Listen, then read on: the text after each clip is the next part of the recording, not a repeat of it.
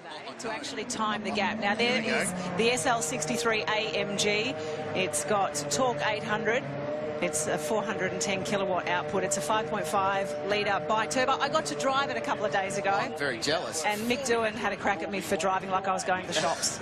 410 kilowatts. That's almost V8 supercar power. I know, and this is a car, literally, they just pulled the Rego label off. I think Mick Doohan unscrewed the Rego label off, and he drives it like he stole it, and it's such an impressive bit of kit for what is a road car, and he's been going around pretty quick. I think the only difference between going a little bit quicker than the V8 supercar is probably the fact that it's on road tyres, not proper racing tyres.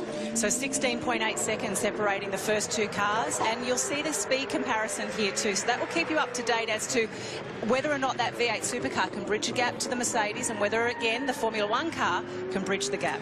So the biggest difference in speed, I guess, between the V8 supercar and the Formula One, for example, is the power and the weight. So, and the aerodynamics on the Formula One car is staggering. It's got so much more grip and corner speed through all the slower corners, and that's where it really will catch that car of Casey Stoner. But the peak speeds as well. The peak speed of the Formula One car is nearing 285, 290 kilometres an hour.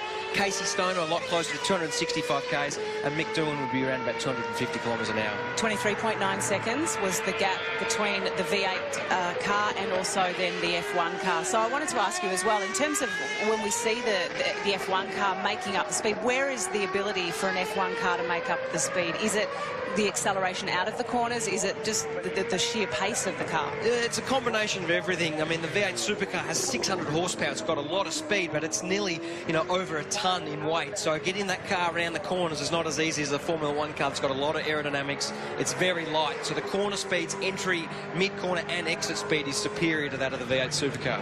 So there's Mick Doohan out of that fast chicane around the back of the circuit. So many great scenes there over the years at Albert Park. There's Casey Stoner, so you can see the gap closing in. The Red Bull racer, this is the car that he runs in the Dunlop V8 Supercar Series, the second tier V8s. Had his debut 2 weeks ago on the streets of Adelaide. You caught up with him yesterday. Great chat, by the way. And looking pretty relaxed. Mick having a moment mid-corner there. And don't believe for a second that Mick Doohan is not trying hard, because he is.